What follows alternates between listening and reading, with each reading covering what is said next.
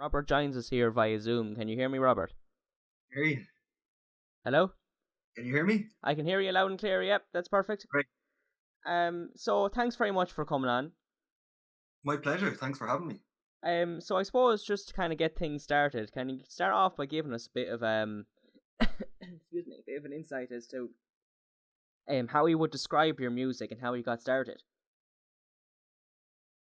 So, how I got started, my first album came out all the way back in 2008 when I was still a teenager. And I can't think of a time, I suppose, when music wasn't the biggest part of my life, but that would have been when I started professionally.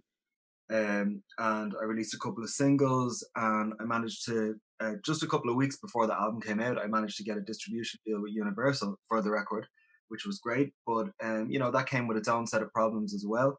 And then college, I released another record independently and collaborated. That was more of a personal journey because I collaborated with a lot of people here that I chose myself. And then I took some time out again after that and just worked in various areas, and mostly in social media and in journalism here in Dublin. But there was always that kind of pull back to wanting to make music and wanting to record and to perform. Um, and so eventually, 2018, in 2017, I started to kind of make plans to come back into the industry. And of course, so much had changed in that period of time between sort of 2012, 2013, and 2017. We got streaming, and the internet and social media is such a huge part of what we do as artists now. So I had to completely change my game plan. But actually, it's a much more positive experience now doing this than it was when we sort of didn't have the same amount of control on our output. And for me, that's the best way to have it. It's very time consuming, but it means that the work that you put out is fully yours and you can stand over it.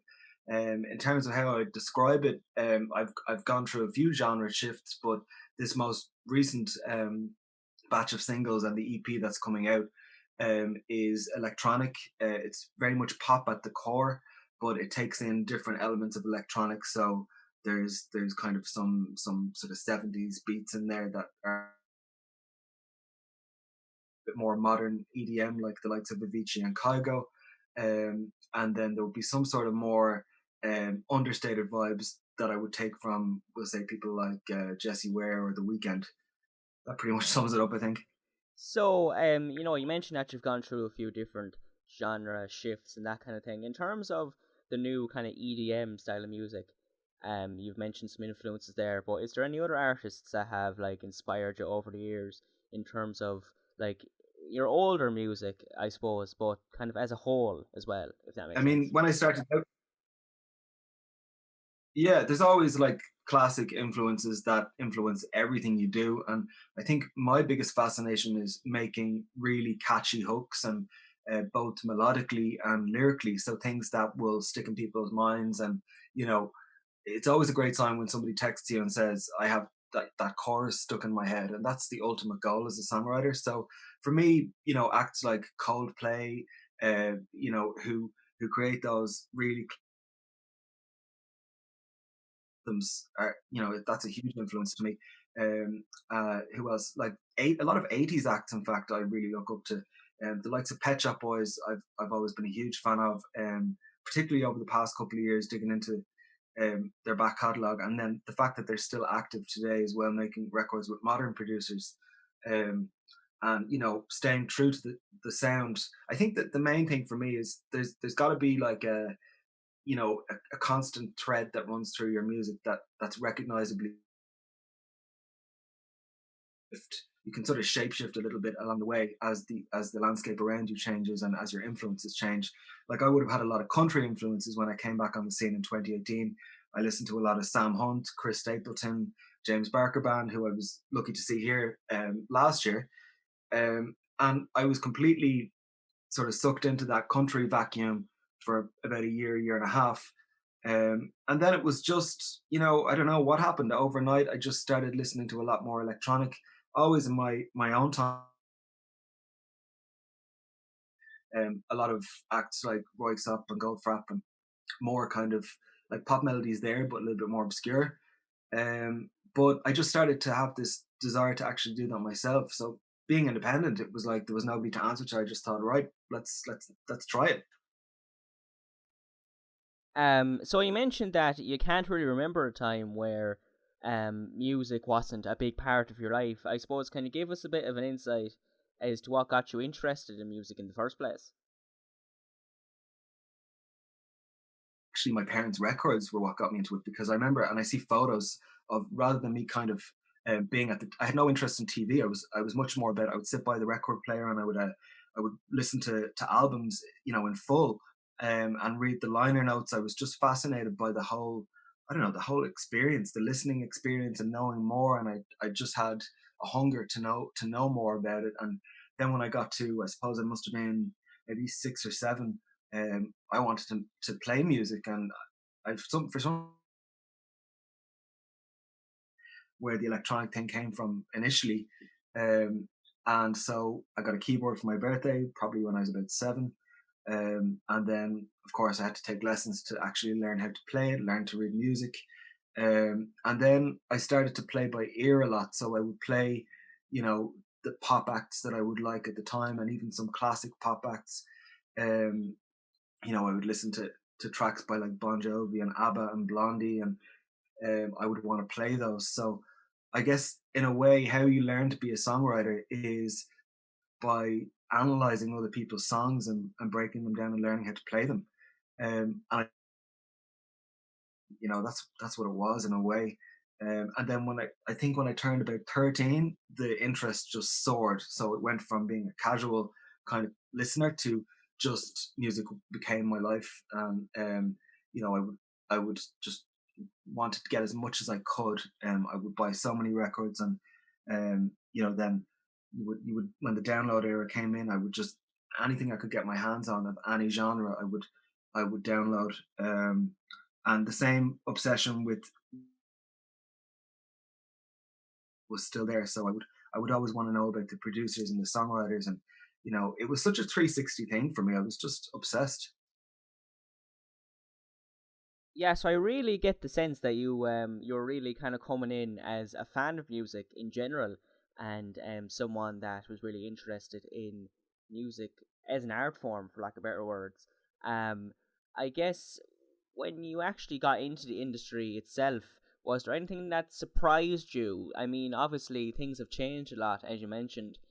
But say originally when you got the deal with Universal, was there anything that kind of surprised you, or that kind of that you weren't expecting? There was actually. I mean, I think the thing with the distribution deal was I had recorded the album in full already, and paid for it out of my own pocket. And so for them to then swoop in, and say, "Hey, we'll release this," and you don't think really about terms and conditions at that point. I know it's a really difficult thing, particularly back in 2008, and to orchestrate a release completely by yourself.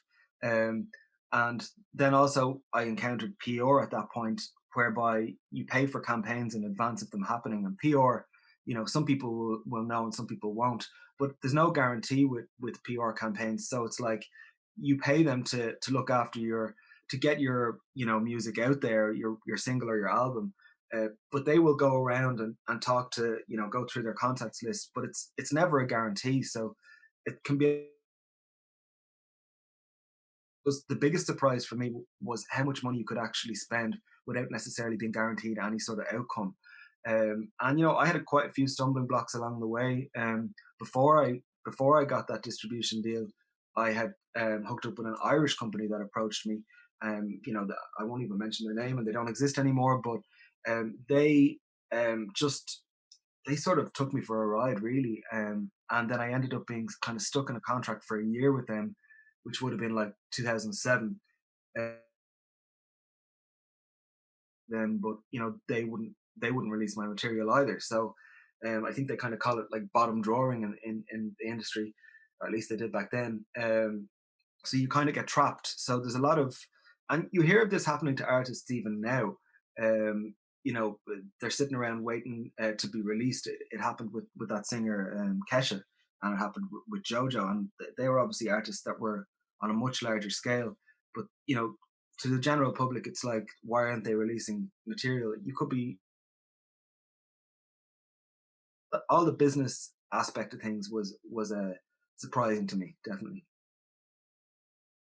So, I'm kind of getting the sense that when you came back, let's say, and started thinking about the new EP, you enjoyed the freedom of being able to do things yourself. And of course, that's easier to do now than ever. But was it a challenge at all when you started thinking about the new EP and starting to think about recording and all that again? It was massively daunting because when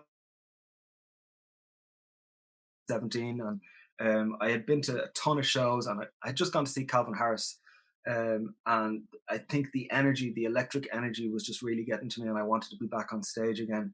But I kind of, I'd lost a lot of my contacts, and a lot of contacts move on very quickly in the music industry and in radio and press as well, as you will know. So it's kind of like you're starting from zero.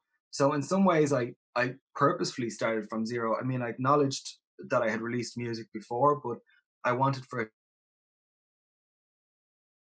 to decide the message that I was going to put out there, both musically and who I was as an artist. I think my main thing was that I didn't have many influences that are on radio right now, and certainly not on Irish commercial radio. And so I kind of thought I have a unique selling point here in that I'm not kind of another solo Irish male singer songwriter. Well, I am, but I have a completely different set of influences. And I look at things with a pop mentality in terms of the with building excitement around releases and teasing things on social media, and with visuals, photography.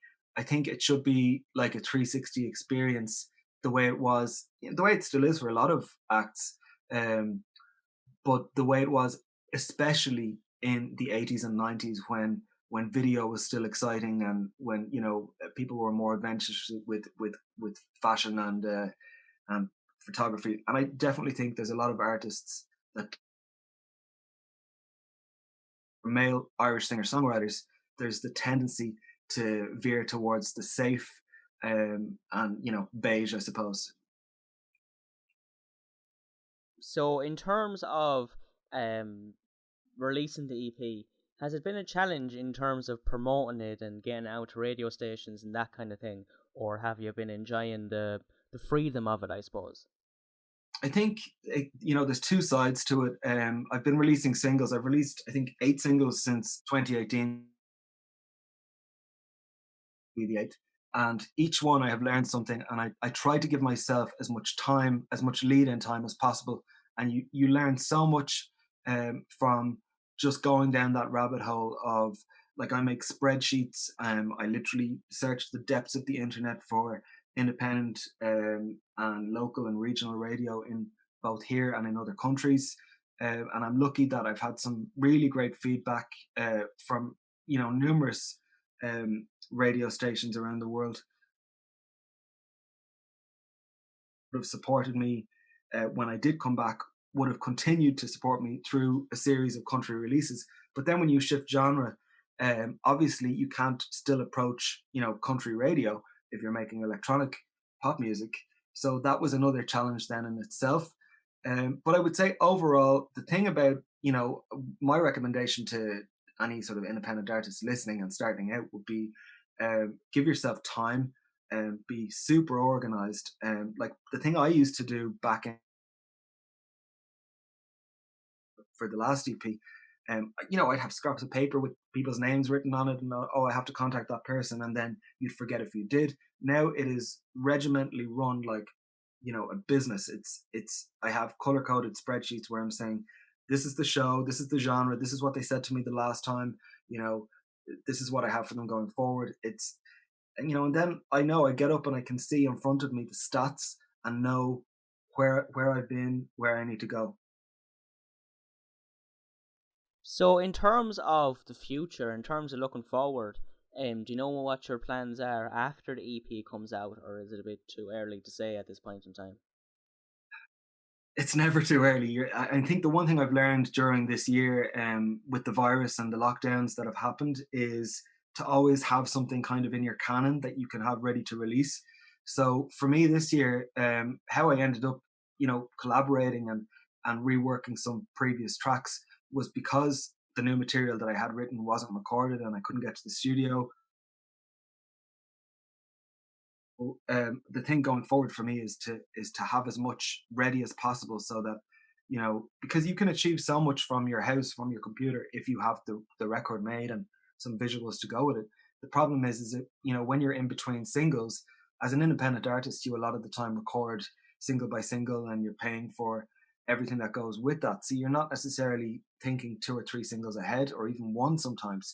But this time, I've got another track ready to go, uh, total for. So I would say it continues on the same path, but it also is, it's, it takes a lot of reference from the 90s. It's quite explosive. It's it's a really exciting track, that'll be coming in the new year, and it's not on the EP because it is a different producer, and it's a it's a different vibe, and it just didn't fit. So it made sense to hold it back. So, yeah, looking forward to that, I suppose. We're just about out of time, I'm afraid. But just before we go, if people are looking online and that sort of thing, where should they look? Well, my website is iamrobertoconnor.com, and you can find everything that you need on there. But if you're, I suppose, my most active social media would be the likes of Instagram. It's I am Robert O'Connor on Instagram, and on the likes of Spotify, Apple Music, all of those, it's just Robert O'Connor.